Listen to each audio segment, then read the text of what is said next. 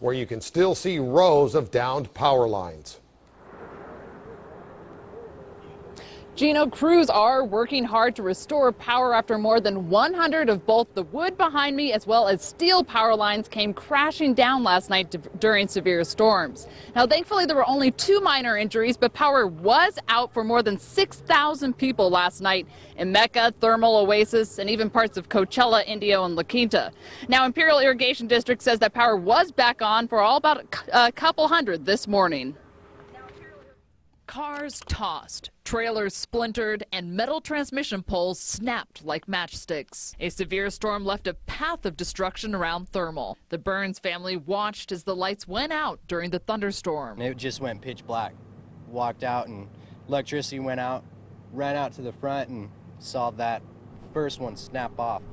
And then they just fell like dominoes. Here at Grimway Farms in Thermal, you can see the devastation. This car and this trailer were both on this side when they were picked up and thrown by what many are describing as a tornado. But it felt like it. Yeah, it felt like a tornado. The National Weather Service is out investigating the severe storm event and says right now there is no conclusive evidence that it was a tornado. This is crazy.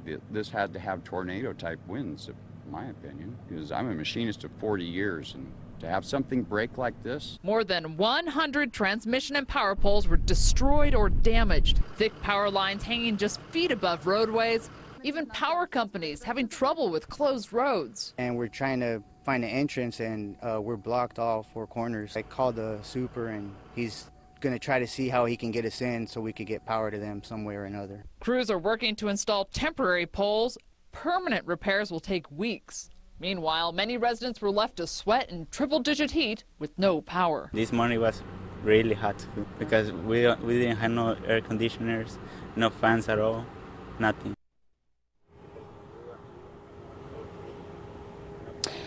Now, as you can tell, there are still trucks that are holding up the power lines out here. Imperial Irrigation District says about 170 customers are still without power. And for those people, they have set up a cooling center at Desert Mirage Middle School. That's where both CAL FIRE as well as the Red Cross are set up to help provide shelter and food for those who need it, because it could be a long time once again before all this is fixed. And there are once again road closures out in this Thermal area. That includes 66, 64, Pierce, and Fillmore. You can find out more about that on California Highway Patrol's website.